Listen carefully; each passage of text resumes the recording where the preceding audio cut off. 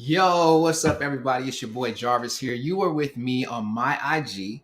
You're with me on my FB. You are with me on YouTube. And normally we would be up on the Wisdom app, but I'm having some technical difficulties with the Wisdom app. So I'm hoping that all my Wisdom people are jumping over to YouTube. It's still Jarvis TV. And I just want to say what's up to everybody. Man, it's Sunday Fun Day, y'all. Sunday Fun Day. And what better way to cap off Sunday Fun Day than to start talking about our emotions and how contagious they are, right?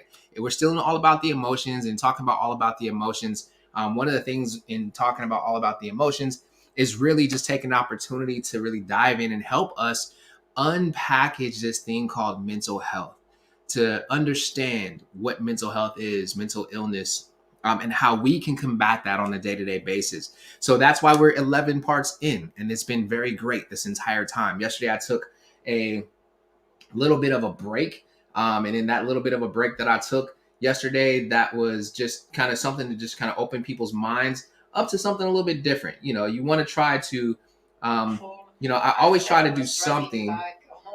Sorry. Uh-oh. Hold up. Hold up. I just like to listen to her meditations while I'm joking. There we go.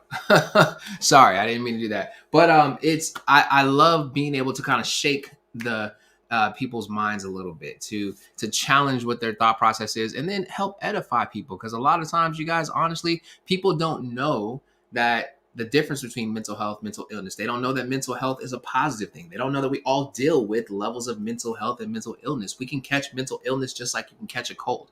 Actually, I don't want to say catch. We go through it the same way that you would go through having a cold. So, man, we are going to have a lot of fun tonight in talking about this topic tonight, all about the emotions.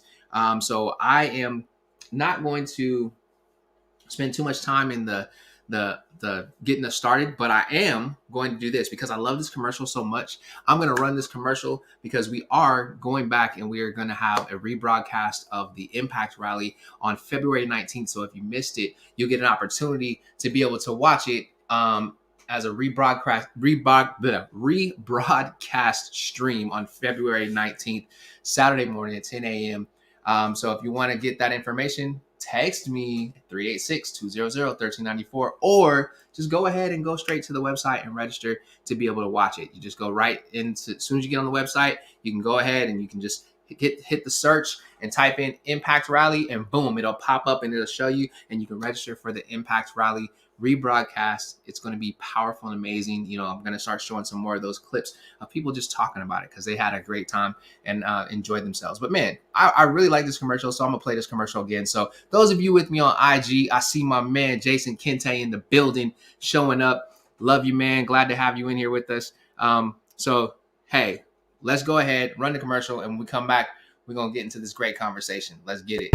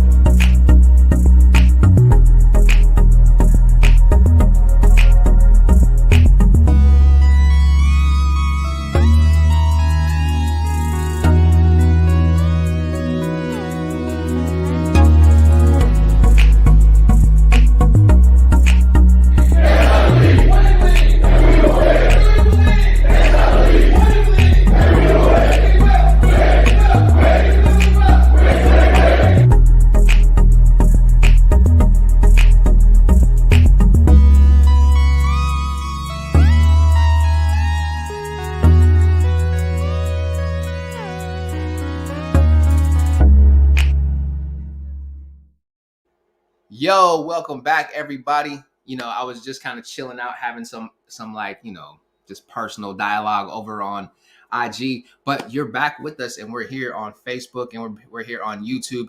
And what I want to say to each and every one of you on Facebook and YouTube, thank you for being here. Thank you for being a part of us.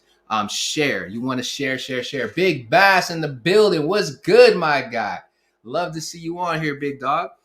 So tonight's conversation, I want to tell you about something that is extremely contagious, okay? And when I say extremely contagious, I mean this is more contagious than COVID, All right. I'm talking about like this is something that this is like, I don't know if we need to go ahead and get the news outlets involved in this. This is not a conspiracy theory right here. This is me telling you straight up, like, yo, there's something out here that's super contagious, and I need to tell you about it, because if I tell you about it, then you know how to set yourself up for success. Okay. So are you ready for me to tell you what this thing that's out here that's so contagious is? Well, if you're not, I'm gonna tell you anyway. Our emotions. Our emotions are extremely contagious. Have you ever heard the saying, smile, and more than half of the world will smile back? I mean, I've heard it. I've said it a million times. Have you ever been in a situation where you're with a bunch of people and you're feeling a little off, and you're not really sure why you're feeling a little bit off? I know I have. That's because you're taking on somebody else's emotions. Have you ever been around somebody and this person has high anxiety, and for whatever reason, over time you start to feel anxious, and you're just kind of like, man, why do I feel anxious whenever I'm with this person? Or why do I feel anxious whenever I'm thinking about this person? It's because you are catching their emotions. They say, there's a saying out there where people say, man, I'm catching all the feels. It's all about the feels. I'm catching all the feels. What's up, Drake? How you doing? DT in the building. But yeah, when people say that, they really are like, we catch each other's emotions, you guys. And it's this thing that is called emotional contagion. That's what it is. And what emotional contagion is it's the spread of emotions and emotional behaviors. And how does this happen? This happens by us being in an environment with people and just absorbing their emotions. Like, there's a study that was done, and I don't remember exactly who the matter of fact. I think I have it written down. Let me see if I have it written down, because if I have it written down, that I could tell you who it was that did the study. But basically, what the study did, and it was a psychology expert. What the study did is it talked about how we as human beings, as a matter of fact, oh, I didn't have anybody specific, but there were so many different studies that were done, and the study says that as human beings, I'm wrong. I do have it in my notes. It was a psychologist, a social psychologist. His name was Phil Shaver. And he found that we as human beings identify around 135 different emotions when we're talking to people and dealing with people throughout the day. And we do it rather quickly. Like, our mind catches it, processes it, and it makes it happen. That's why when you see your boss walk in and your boss kind of has that stern, stoic look on their face, everybody kind of sinks down a little bit. They sink down just because they're being affected by the emotional state of their boss. And now their boss, they've caught that emotional state, not really knowing what's going on. And he could just be focusing on trying to get to his office, but you catch that and you start to feel a certain kind of way.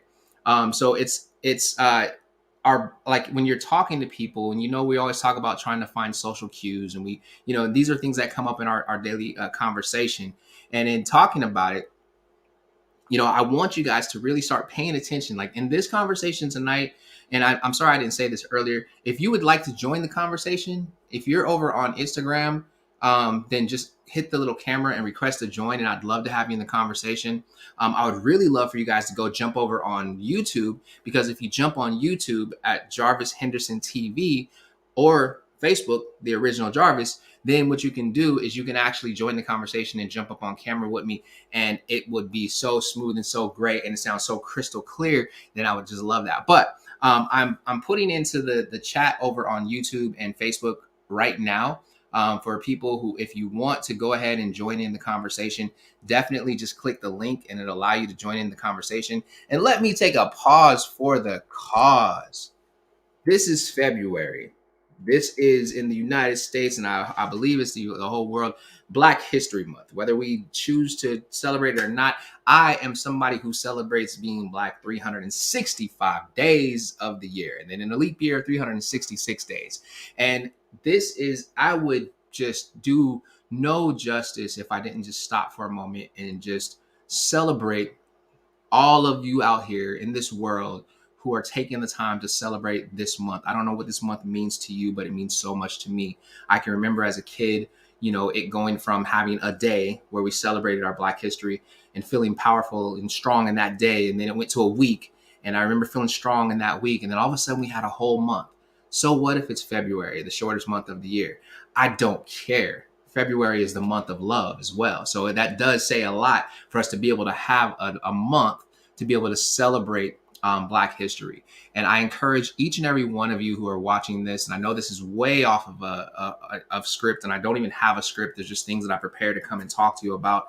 But I want to encourage each and every one of you to take the time to learn something new about American history, Black history, world history, Black history.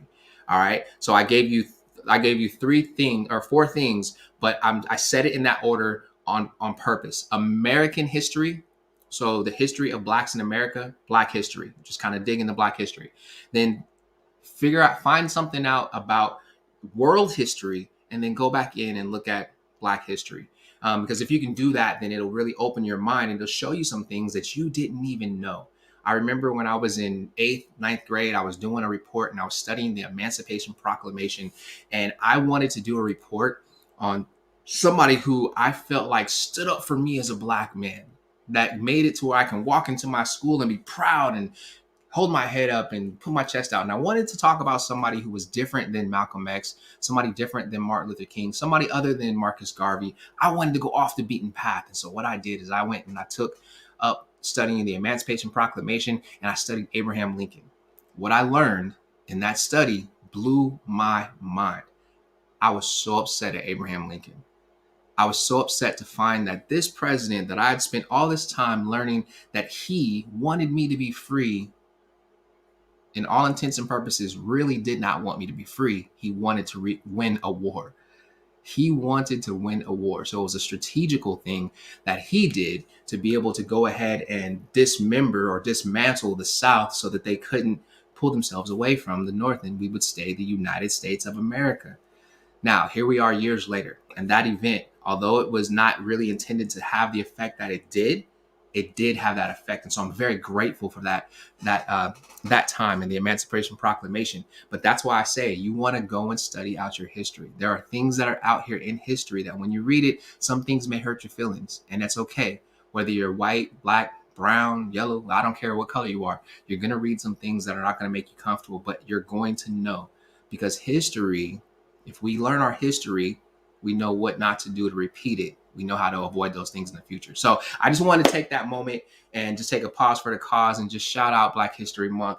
Man, big ups, big ups, big ups. Let's get it. So now let's get back into this conversation, talking about all about the emotions. Our emotions are contagious.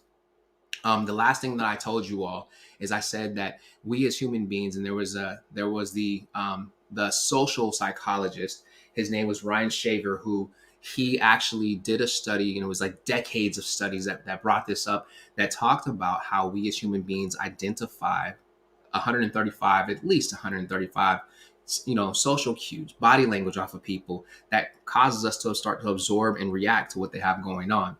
Then I told you guys that the reason why we feel the way that we feel when we're around somebody who's having a bad day, or we feel the way that we feel when we're around somebody who's angry, is because of the emotional contagion. And that emotional contagion, it's not a phenomena. It is a doggone virus called your emotions spreading. So in our emotions spreading, what I want to do tonight is I want to challenge each and every one of you to be the thermostat. Don't be the thermometer when it comes to dealing with other people's emotions. Some of us are going to absorb those emotions a lot faster and a lot more fluid than others. Others of us are going to absorb those emotions in very, very little. It's not going to have a big effect on us. But whatever the case is, each and every one of us are going to feel the emotions. We're going to experience this thing called the emotional contagion. And what the emotional contagion is it's the spread of emotions and emotional behaviors. So whenever you're in an environment, you will pick up that environment. You will pick up the vibe in that environment. Have you ever been in a conversation with somebody who is just having a bad day, and you started off having a great day, but then you sit and you have a conversation with them, and as you're talking to them and they're talking to you, it kind of like, it's a downer. It's kind of like, oh man. So you kind of like your smile goes away a little bit. That high energy goes away a little bit. Those are things, that's because you're experiencing the emotional contagion. But then have you ever been in a conversation with somebody, and I'm somebody who's like this, who's like really high energy, and they're very positive, and when you're talking to them and they're telling you stories, you start to get upbeat. It's funny how this thing works. Like, I was thinking about a time when I just, the questions I just asked you, I asked myself this question. I was like, man, when was a time when somebody was talking to me and they were having a bad day, and I started to mimic them. I started to follow them. And it's crazy. It's so crazy that I said that, because there's something that I want to tell you about. As human beings, when we interact with other human beings, there's something that happens, and it's called mimicry, right? So basically what we do is we mimic what other people are doing. And that's what I'm about to talk about right now. So what happens is, I was thinking about these conversations where I'm talking to somebody and a person's mad, like they're just like, man, and and you can be sitting there like this at first, and then you kind of like, watch my face, y'all. You do this thing where you start to frown up a little bit. And you're like, oh yeah, really? Uh-huh. And you're frowning because they're frowning, but it's because as a human being, you're starting to mirror or mimic what it is that's happening in front of you. It doesn't mean that you're taking on their energy completely, but you're starting to like get that frown in your forehead, or you're starting to, when somebody's extremely excited and extremely happy and they come up to you and they're just like, hey, so, oh my God, I just got a brand new car. And you may have been having a tough conversation or a tough day, but you look over at them, and because they're so excited, you start to do this. Your eyes start to raise a little bit and your cheeks start to rise a little bit, because now you're feeling their excitement. That is the emotional contagion. That's those things that's going from one to the other. Yes, and that's right, DT. That's what I'm talking about, Drake. Your energy is contagious. Every single one of us have this. We are contagious human beings. Like, we put off what's going on the inside of us. So when you're around somebody, if you kind of have an awkward feeling and you're looking around, it really behooves you to start paying attention to who's feeling what and what's going on, because this is something that's going to affect everything about you. And it's not if you let it, it's going to affect everything about you if you don't catch it. Did you hear what I said? Matter of fact, I'm gonna let you think on that for a second while I drink some of my Go Do Something coffee. Y'all, I created these coffee cups. No more am I gonna be sitting here drinking out of a Starbucks coffee cup, promoting Starbucks. They ain't paying me for these little shameless plugs, product placement. How about we product place? Go Do Something. Matter of fact, just thought I'd show you that. And this hoodie is available at jarvishenderson.com. Hey, gotta put it out there somehow. Listen, y'all, it is an apparel. This right here, it's more than just a hoodie. It inspires and it serves, y'all. When I bring the money off of this, I give it back to the community. So back into what I'm talking about. What I was telling you is that if you don't pay attention to your surroundings, it will affect you in a major way. Y'all don't believe me. I can tell. I'm looking at your faces right now. You don't believe me. You're probably like, well, how are you looking at me? Man, technology today, you never know. I might be looking right at you. I might be looking you in your eyes. Matter of fact, go ahead, quit covering your face. I'm looking at you right now. Okay? I don't know what you got on. I don't see that far. I just see your eyes. I just look into my eyes. I see you. Okay. Now that I got your attention, let's talk about it. Oh, I didn't even drink any of my coffee. Thank you. Let's talk about it. Let me check in my notes. So basically, the reason why we start to feel other people's pain, like what they find, and they did studies, right? So there's this one study that they did where they went into, they actually went into uh, a healthcare facility, and when they went into this healthcare facility, they studied for like almost 2 years the people who worked in this healthcare facility, and what they found is that in an environment where there was, and I want to make sure that I say the word correctly, because if I say the word wrong, you guys are gonna look it up, and then I'll have all these things on my let's see,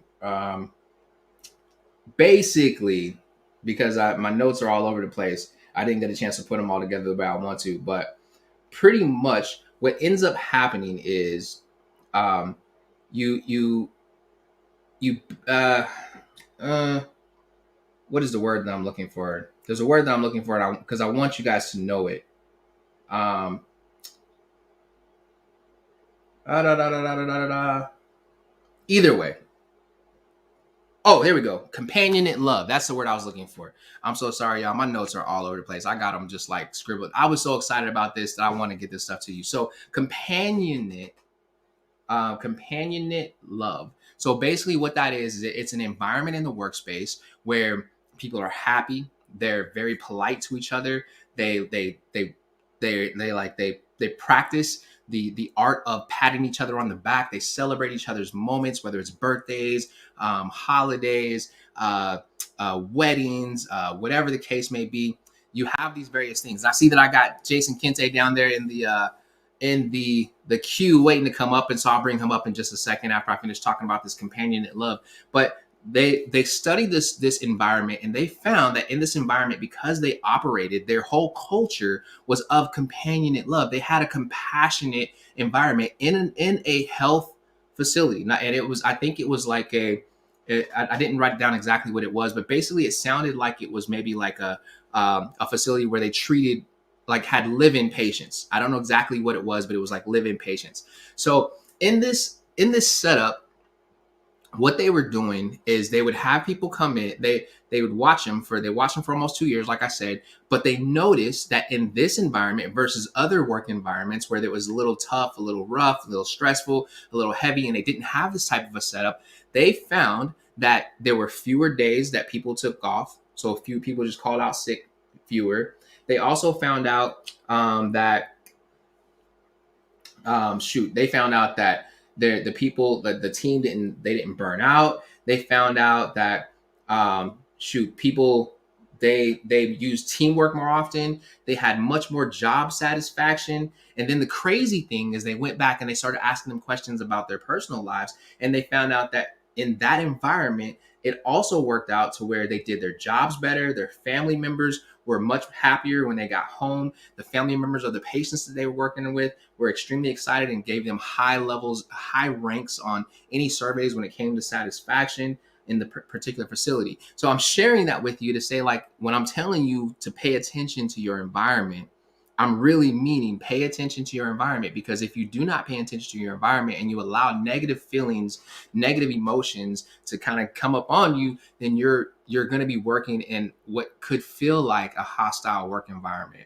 or a heavy work environment. And that's not necessarily what you want, right? You want to be in a place where you are excelling. One of the things that I tried to always do with the teams that I ran, the teams that I led, the teams that I built, is to always create an environment where we were taking each other to the next level, where we were the true definition of a team, where we support each other, we caught each other's backs. And that's that companionate love culture. Now, in the workspace, you may not want to say love, but just say a companionate culture, a compassionate culture, a like everyone unconditional type of a culture. Whatever you have to use in your verbiage, create that culture. Be the thermostat. So I'm going to take a pause for the cause on that, and I'm going to go ahead and bring up my man, Jason Kente, over here. He's chilling, waiting, and I see him looking at me like, hey, bro, I'm here. So let's bring him up into the mic and have a great conversation. Jay Money, what's up, buddy? Hey, how's it going? It's Really, going great. really appreciate what you do. So I decided to take you up on your invitation. It's good to connect Yes, over yes. social media. So I came up on the other side, like you asked. On Dope, dope, man. I love it. So we're talking about our emotions being contagious. It's all about the emotions, but our emotions being contagious. So I know I had to have said something that sparked a thought in Jason Kente for you to jump up here and be like, yo, let's talk. Yeah, well, my framework for the rest of my life is just keep things simple with my three main things, and what's Uh-huh. related here is the 5 steps to freedom. And I think the environment is such an important thing. So you Right. create boundaries, and you do have different ways you can refer to it. As you said, maybe love might not be Yes. the word in the workplace, but Uh-huh. that's really good. It's strategic, but at the end of the day, it is love, right? You Uh-huh. want to really be working with people to care about you. You want to care about their feelings. Everybody knows, investors cared about you. Uh-huh. So let me ask you this question. Have you ever worked in an environment where it was a stressful environment? Like, you knew walking in the door, like, dang, I'm about to walk into this intense stress environment. Have you ever worked in an environment like that? Yeah, for sure, several, and people really hated it, and especially nowadays, you see, depression is a real thing, Hmm. anxiety is a real thing, and people are Right. killing themselves. So Hmm. it's a really serious thing to create a safe environment, emotionally safe environment where people feel um, safe. I think that I think you that, know you know, a lot of people have like written people about have this, written but but one of my favorite writers in this respect writes about it from the sense of the author of the other. Start With Why. Uh-huh. Um, Stephen, I know you're talking about. yeah, his Yeah, his I name will come can't to me. his But name right now, but go ahead. yeah, his name is escaping me too. But he wrote The Infinite Game is one of his Simon Sinek, Simon right? Sinek. There you go. Good Yeah, stuff. about really being, and that's what it comes down to is like the infinite game is treating people like people, and at the end of the day, Hmm. when we treat people like robots, we don't actually take care of the whole person, and you don't get the best output either. Okay. So now let's take the reverse of that. Have you ever worked in an environment where it just like seemed like you walked in, everybody slapping high fives? It seemed like almost like a party every day. Yeah, and it's too much on the other end, other extreme. If you're not realizing that you don't have results and performance to focus on, and Right. actually, the whole agency got fired when people were not actually focused on work and they were just playing video games, Hmm. and I wasn't one of them. And yeah, the whole agency lost the contract in that instant. So Okay. So tons let of me ask people you lost this their question. jobs. So we have to keep a balance. I got you. So now what I'm doing right now is I'm setting you up. So you giving me the tough work environment. You giving me the slap hands, the high five environment. Um, what was the difference? What was the major difference between the two of them? And when I ask you that question, I want you to think about turnover rates. I want you to think about people's attitudes when they came into work, whether or not people were on time for work or consistently late for work. Like, what were the differences that you can say that you noticed in those environments? It really I comes down to leadership. I think John Maxwell is a good author when it comes down to that. Mhm. And there are times when the culture is, first of all, it is set wherever the beginning point is in terms of the leader. It takes a while to Mhm. change culture if you change the leaders. So Right. when the culture is set and you come in as a leader, and I'm sure you have experience in this respect, it takes some time for you to establish a new corporate culture. Right. And Right. Right. balancing act, it's a very difficult thing to do. You have to be careful as you establish a new culture when it was maybe either too rigid and strict where people were too stressed, or it was too lackadaisical where people were not working hard enough and were not focused enough. But you have to come to a balance. And I think the difference, to answer your question, is in the leadership. And to change that, you have to take a measured, determined approach. Sometimes you have to let people go. Okay. All right. So I will say like, and this is what I'm going to throw out there. So I have worked in both environments, both cultures. The thing that I know and I've learned over the years that I've worked in business is this: in an environment where it's a lot of stress, where people are, you have that boss that's kind of like the drop the hammer kind of boss, where people are working, they're working and getting the job done because they're afraid, not because they respect, but because they're afraid for their jobs. I found that in those jobs, in those environments, the turnover was crazy. Like our attrition was through the roof. But then you had people, and I always worked in environments where I was like, I ended up running a team or I had my own team. But you have people who work in a happy environment, and now your attrition goes way down. There's a company that I know of. I've never worked for this company, but I knew somebody who worked for the company. It's called Wellstar.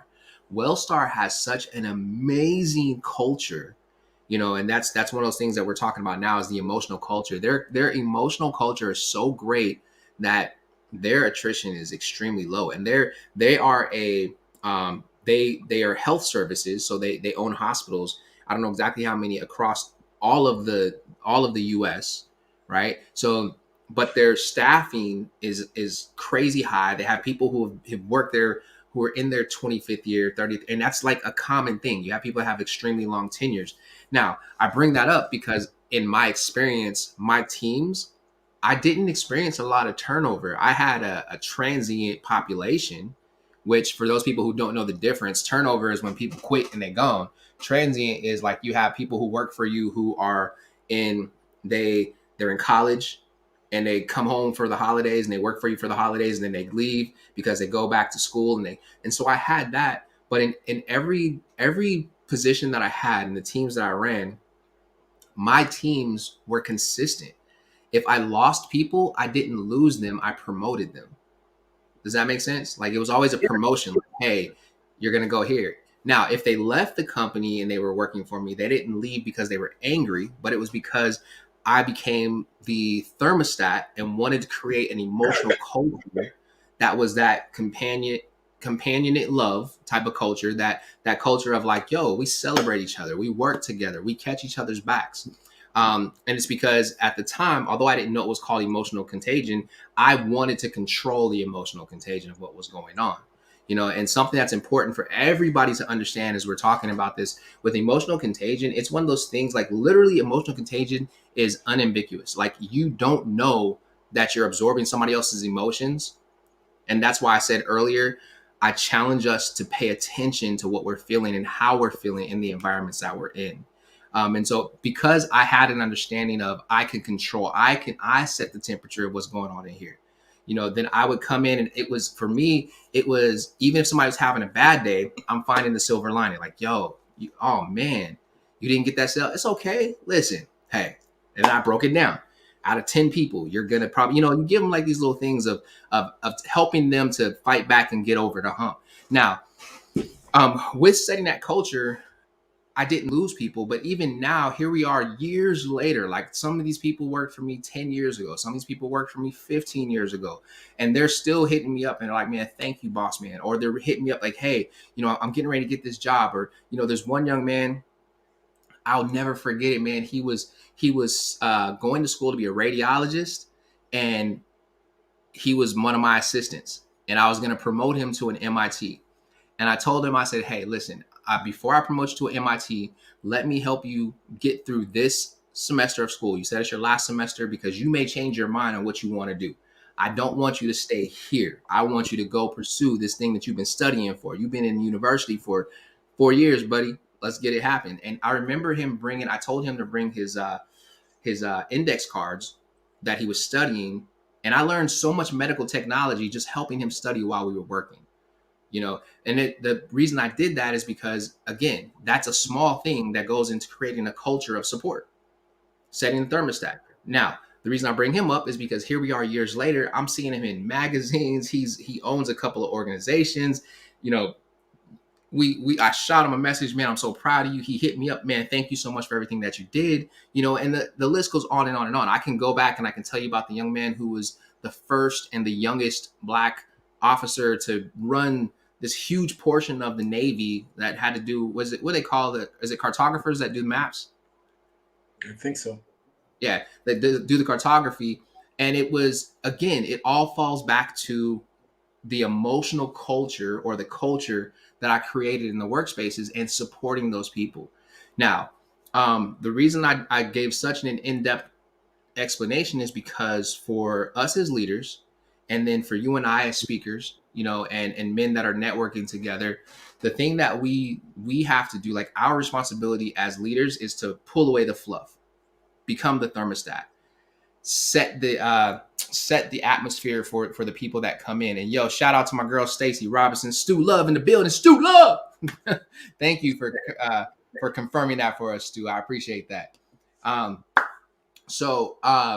yeah, we come together and we have to take the fluff out of it so that we can edify people and take people to the next level. Not just taking people to the next level, but really elevating their mindset to where they walk away with the how. You know what I mean? Not just the why, but the how. And so the stories that I gave were two stories of being in a bad environment and then being in a good environment. But then I had add-ons and the effects of creating that good environment. Now, if I look back at the staffs that that I've led, whether they've been volunteer teams or not, every single one of them have like a 90 to 95% success rate. And that percentage of people who I put in the 5 to 10% that may have fallen into the fail rate, I just haven't heard anything from them, so I can't tell you whether they won or lost. You know what I mean? So, Sounds Jason, like you you truly love them. And I think that is what it comes down to. You might not have used that word, but if you truly love them, like say if it was your child, you would care about them regardless of whether they're their work or they have homework from school or they need to get something to eat. And uh-huh. people know when their manager or their leader really cares about them because when they Mm-hmm. ask them how they are, they can answer honestly. So, as a takeaway that I'll just contribute and then I'll let you continue. No. That's great. Like you're absolutely right. Because when you said that, I never cease to tell my teams, "Hey, look, I love you."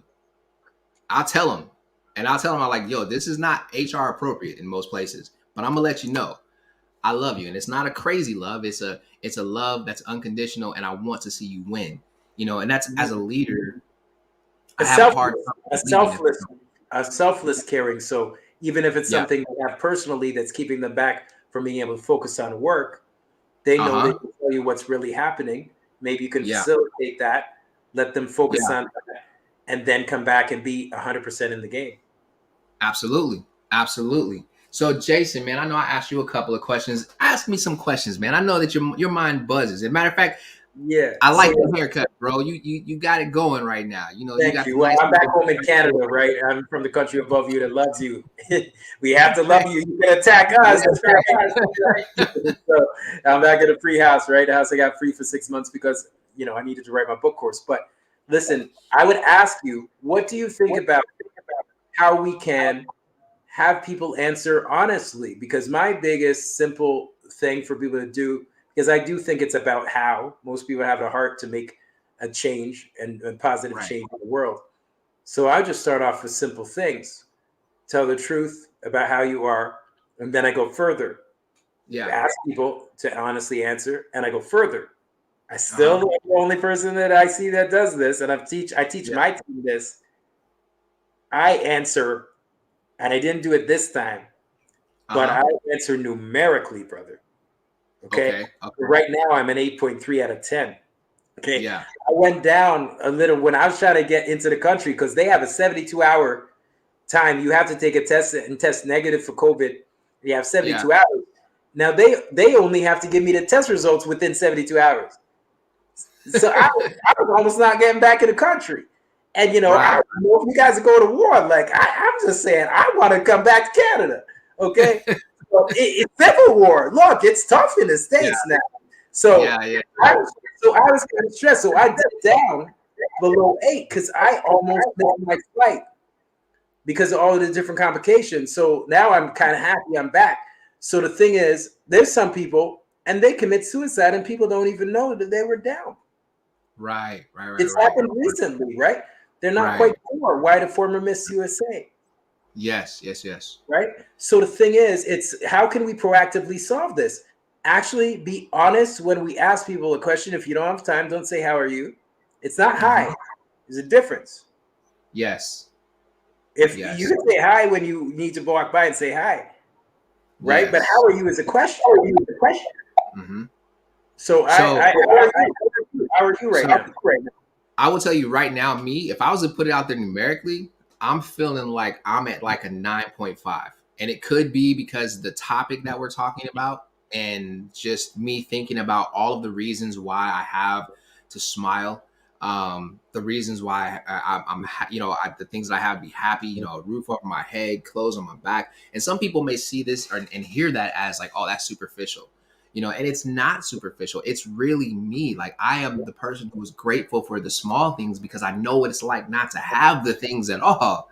So when I look at my situations and I look at my environment, if I'm focused in and I don't always win immediately. And that's something that I need people to hear me say. I'm at a 9.5. It's Sunday fun day, but it doesn't mean that I spent the whole day at 9.5, right?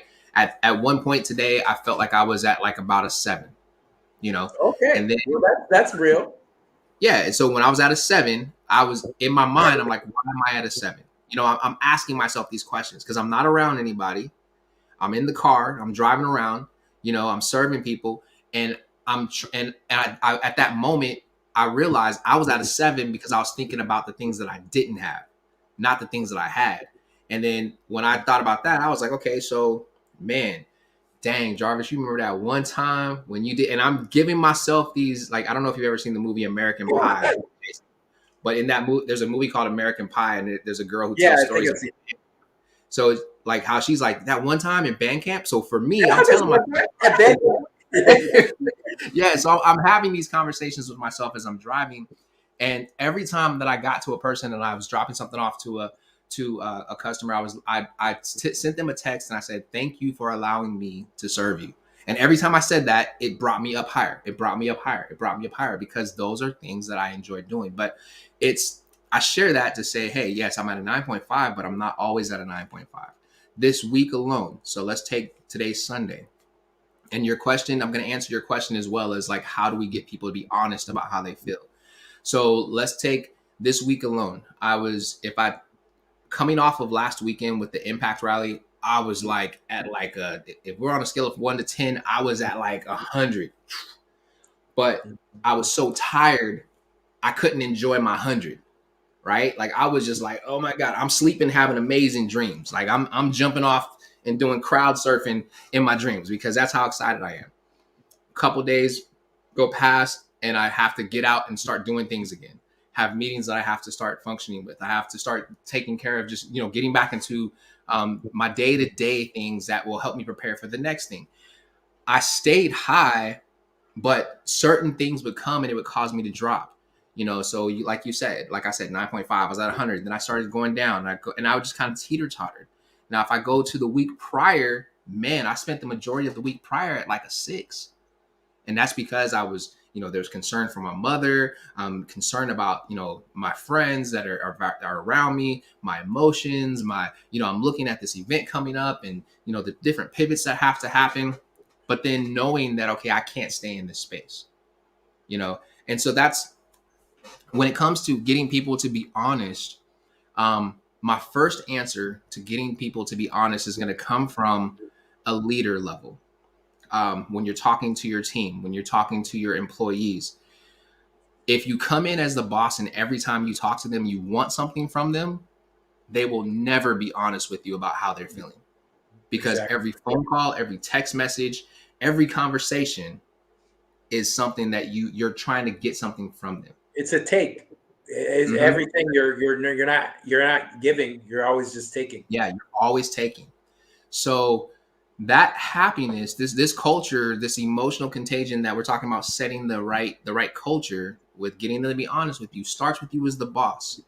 And it's okay as the boss to jump on a call with your team and say, hey guys, da, da, da, I hope that you're all having an amazing day. I gotta be real with you, man. Today started off kind of tough. You don't have to give them specifics. You don't have to go into detail. You can just say, hey man, today started out kind of tough. It hasn't been the greatest day, but things are definitely getting better. I'm so excited to be here on the call with each of you. How are you all feeling today? An exercise that I used to do with all of my teams is I would ask them a question and I would say, hey, I'm gonna ask everybody how you're feeling. And what I want you to do is with your thumb, I want you to either go thumbs up, thumb sideways, or thumbs down. Now, what this does is your thumb sideways means, yeah, I'm all right. I could be better though, right? Thumbs up means, yo, today's a great day. Like it's going down. And then thumbs down means, nah, I'm not good at all. And I've done that with mentoring groups. I've done that with groups of youth, young men and young women. I've done it with college students, businesses. And every single time it opens a door for people to be honest, right? Because when they hit their thumb sideways, it's like, hey, so I see your thumb is sideways. Do you want to share with what's going on? And 9 times out of 10, people want to talk about what it is that they're dealing with. They just don't know that the space is available for them to do that. Now, that's from the leader perspective. Now, in a one-on-one type of situation, so you and I, Jason, our initial response when somebody asks us, hey, how are you doing? The first response that you give, if you're not really familiar with that person, is, oh, I'm good, right? That's the first thing that comes out of people's mouths. I'm good. So in order to get people to actually have a transparent conversation with you, there's got to be some sort of um, you have to build some sort of rapport, and you have to do it rather quickly, especially if you don't know them. Now, for me, when I was working on the front line, I was dealing with customer facing positions, and I was dealing with people right in my face. People would open up to me within a matter of minutes, but it was because of my personal transparency and making myself appear to be open to whatever it is that they're bringing to me.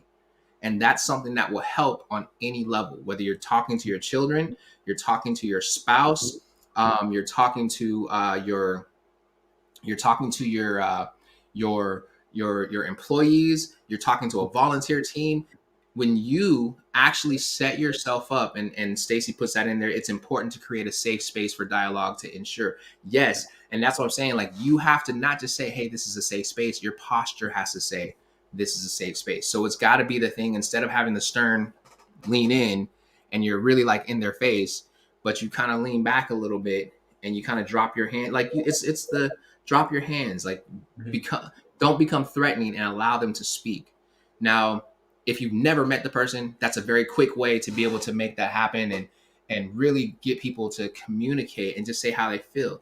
Now, the big thing, and I want you to chime in on this, Jason, because I know this is where you were going with it, is when people ask you how you're feeling, I know that you have to have a level of wisdom in how you respond, just based off of the environment and who it is that's asking you. But it's okay to say, I'm not okay. Right now, I can't really talk about it, but I'm just not okay. At least they know that you're not okay, and they know to start sending positive vibes your way. Right? So I believe that it starts with you. So, like, every time I've asked you, Jason, hey, how are you feeling today? You have always given me a numeric response. Man, I'm an 8.3 out of 9. Like, I'm like, oh, okay. Well, how do we get you to a 9? Like, but then by the time we get done with the conversation, I feel like you're on a 10. So I don't know. But Yeah, and the thing is, everybody does have their own way of communicating that. So me, um,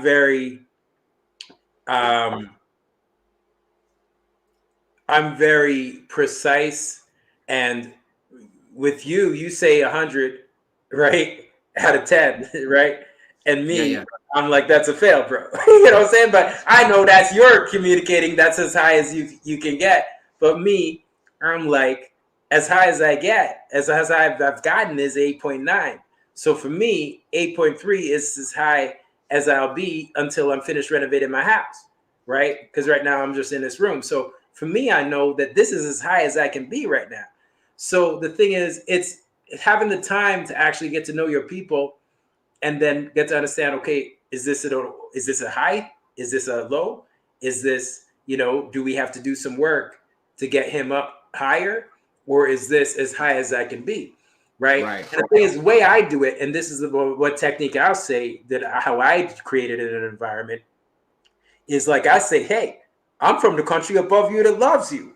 We have to love you. You could attack us, right? So the thing is, I do it right, with humor, because all of a sudden, like, I'm not coming at you like, well, although we can talk about some heavy stuff, and right. it's a safe space. Oh, the former Miss USA just it seems like she killed herself, Uh right? huh. So it creates a space where you could talk about depression, you could talk about mental health, you can talk about these things. But at Uh the huh. same time, when I'm interacting with you, most of the time I'm telling a joke. I'm trying to bring some levity into the situation because I Yeah. think that's funny. And I apologize if you're offended, brother. Like, I'm not saying anything about you. Do you have more weaponry than us? It's just Right. right. So the thing is, the way I do it is with humor, because if you have a boss that's never laughs, Yeah. you're just always like, this is a mission critical. If somebody's gonna get fired, everybody's going to be scared all the time. Yeah. Yeah. If they That's can never tell a joke, it's yeah. like a funeral. Uh huh. You might, they're going to be so nervous you can't get the best performance out of people like that.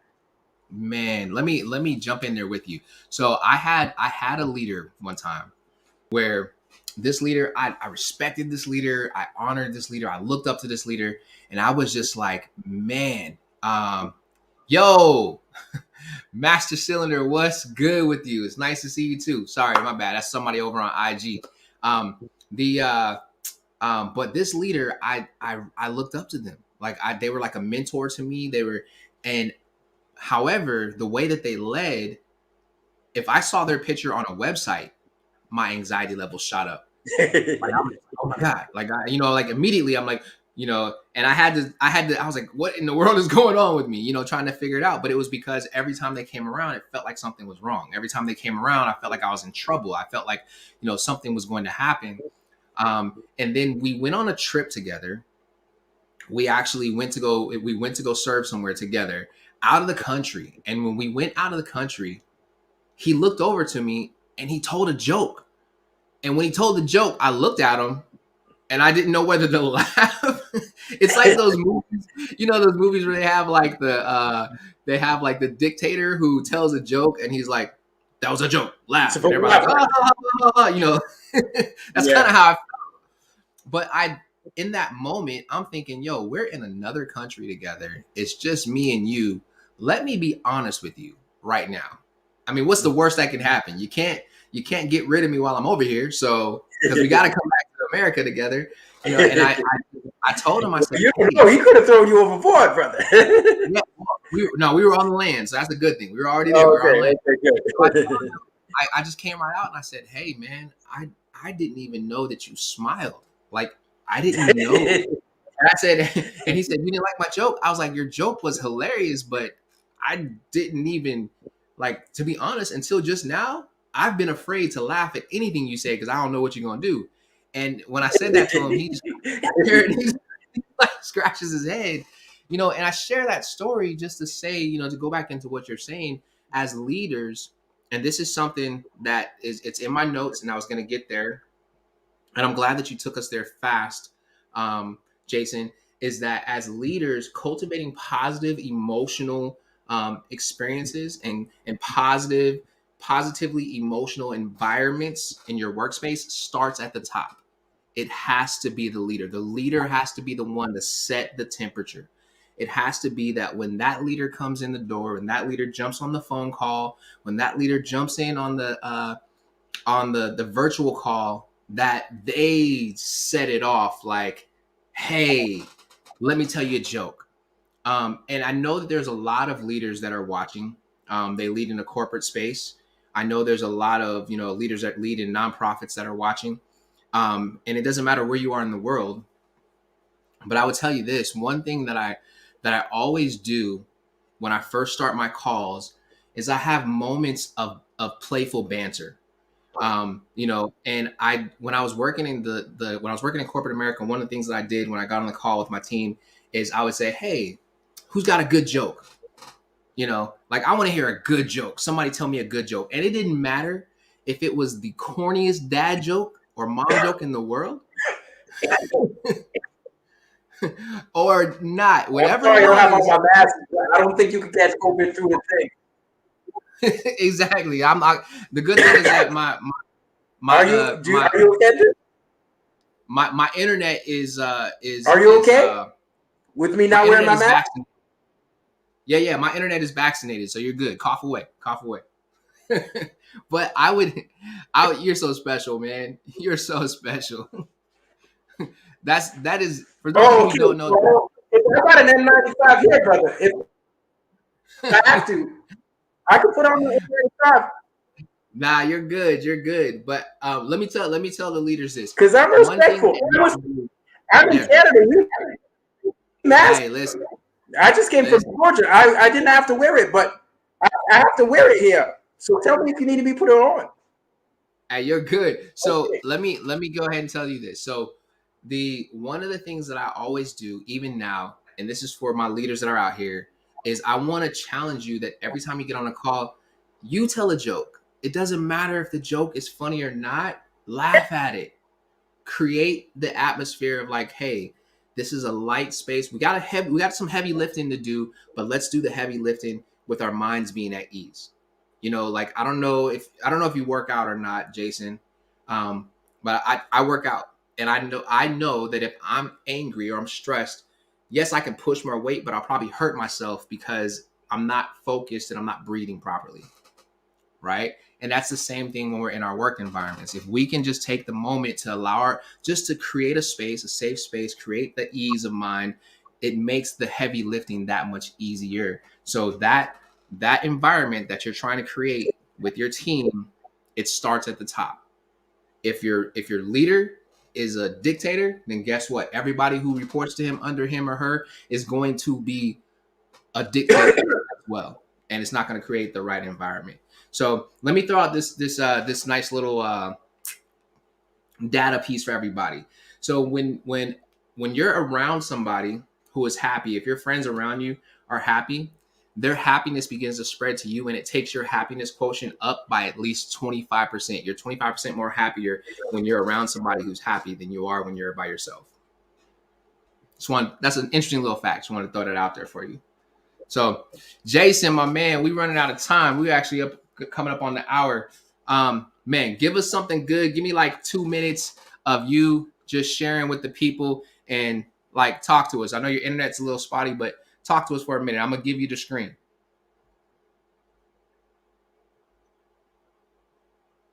Go ahead, talk to us.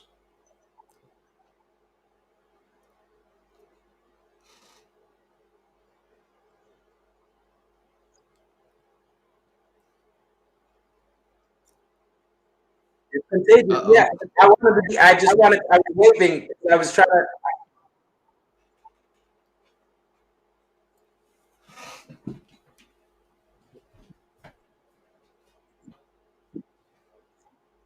Okay,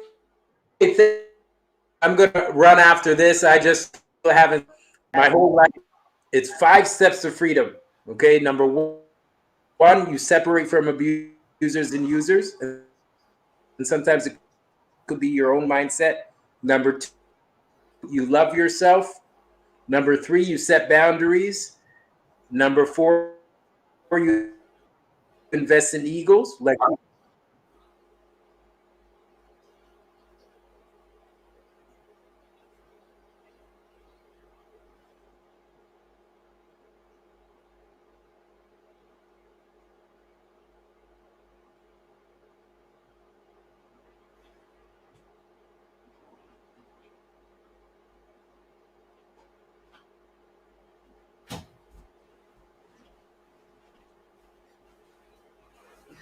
Yo, my guy Jason, he just like fell off. My bad, y'all.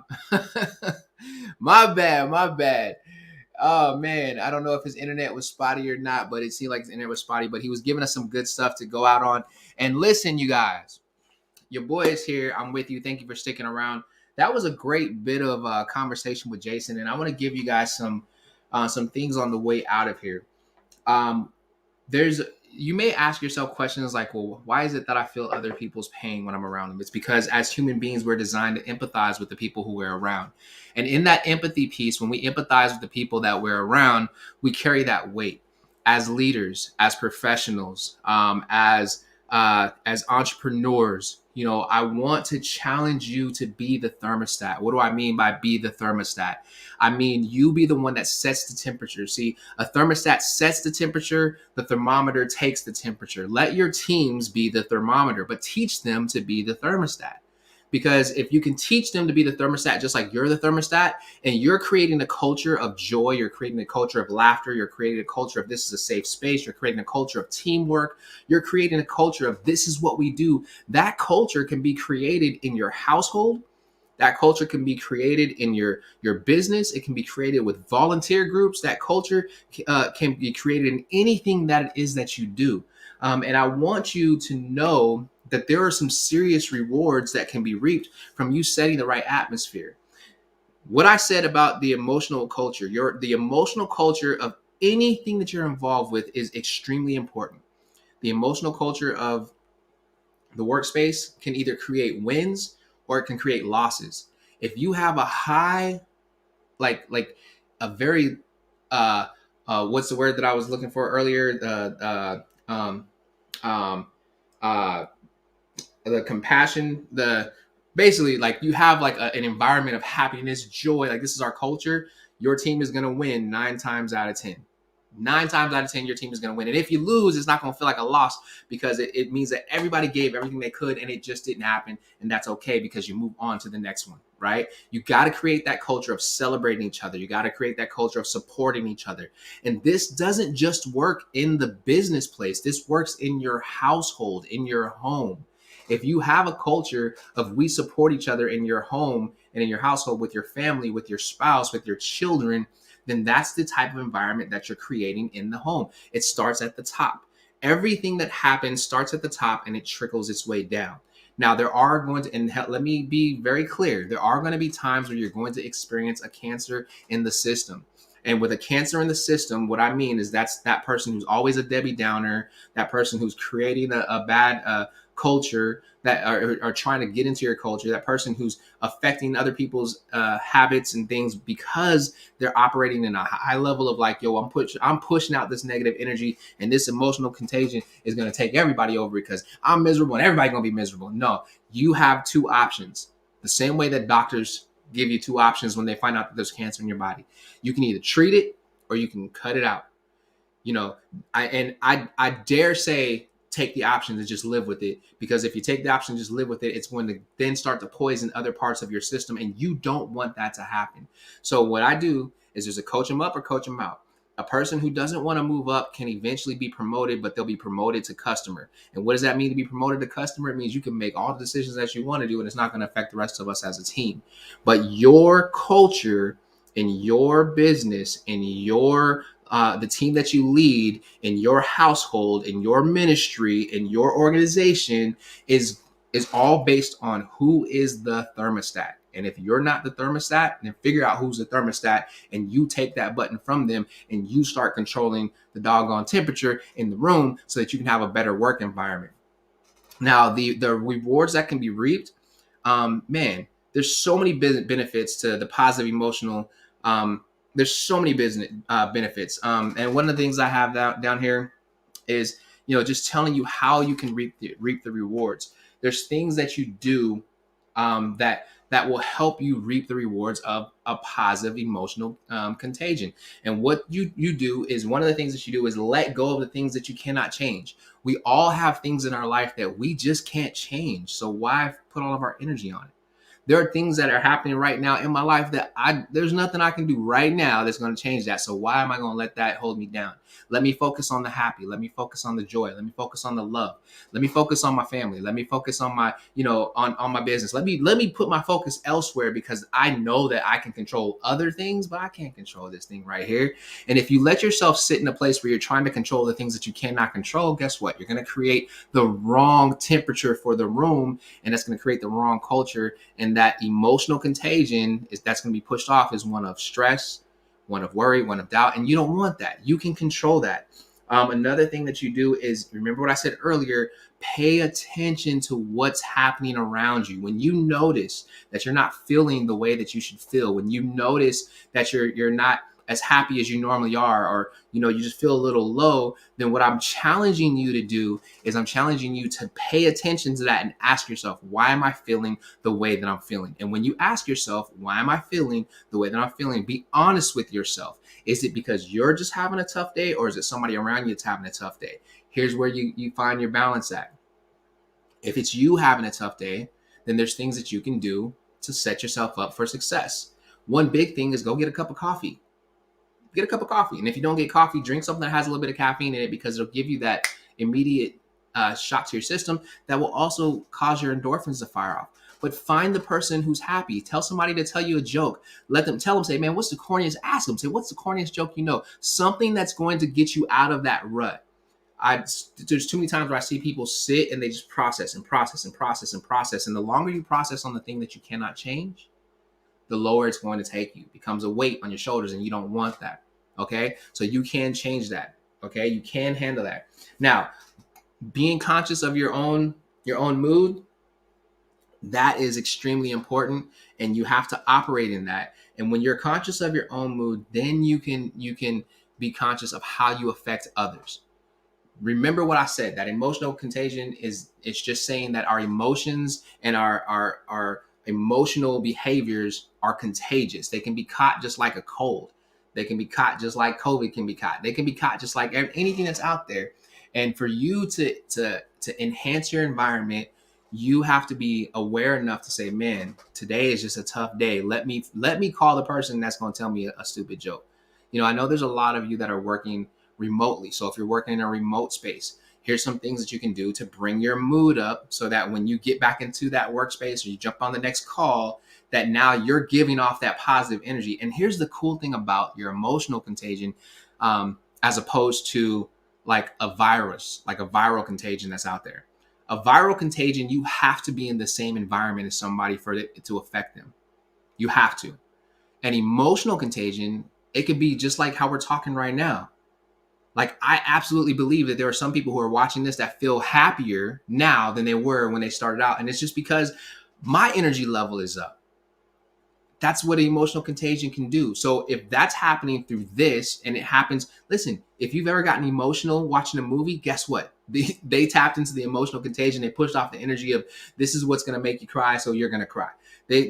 Like they study these things. That's how they create these amazing movies. Avenger movies or the Marvel movies have been amazing at creating this emotional contagion through the screen. And you're there. You're winning with Cap. You're losing with Cap. You're winning with Cap. You're losing with Cap. You're disappointed with Cap. You're angry with the Hulk. Like, you're going through all of these different things because that emotional contagion is being transponded through a screen. So if that can happen with a movie, what more can happen with you and your team if you're in a virtual space? So here's something that you can do. Like I said, here's something that you can do to put yourself back in a good space. Even if it's raining outside, just step outside, close your eyes, and take a deep breath. Just take in the outside air. Hear the birds chirp. Listen to the rain fall. If it's raining really hard, go ahead and like put your ear to the window, turn it all off, and like allow those things, like embrace nature. You all make a decision to say, I am happy. I'm going to be happy. This is what I'm going. Like, you can think yourself happy. I mean, listen, one of the greatest authors of all time, his name is Paul. The dude wrote, he said, I think myself happy. You can think yourself happy.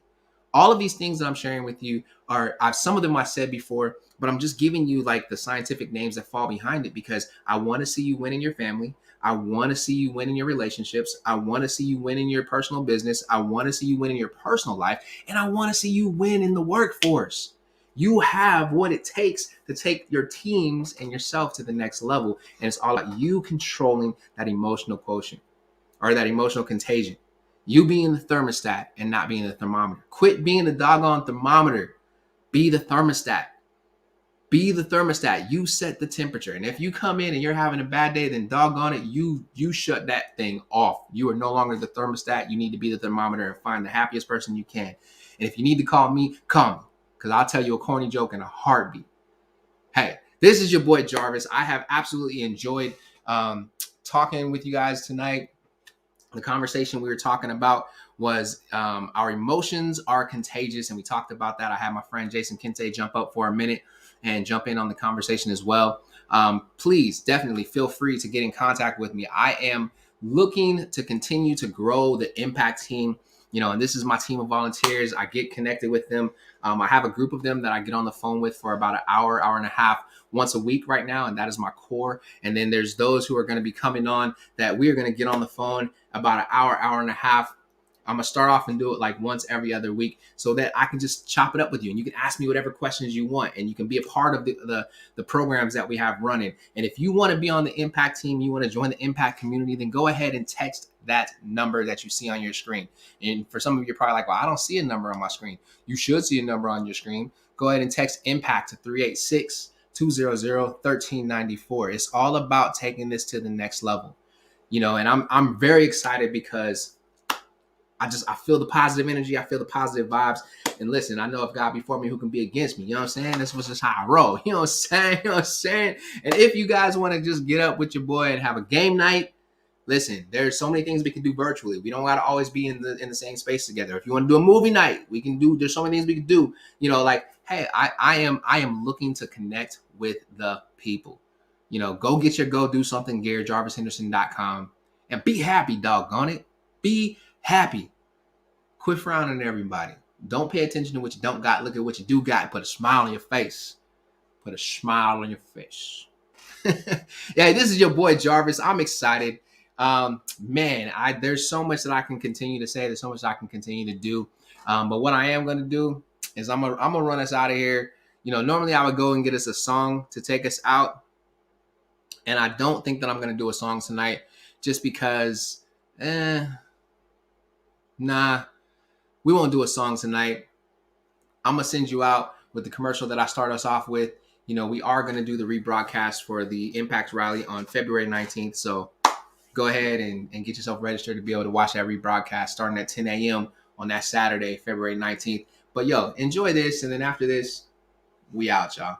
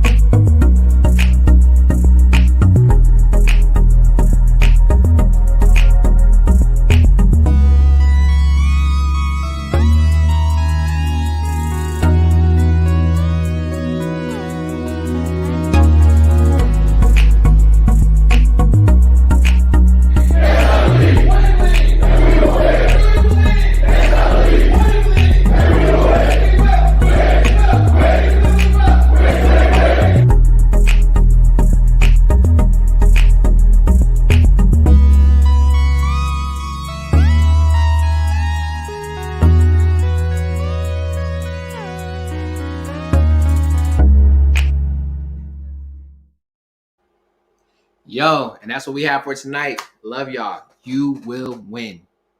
I want you to say that. I will win. Matter of fact, say, I believe that I will win. You win. Good night, y'all. We'll see y'all tomorrow night. Peace.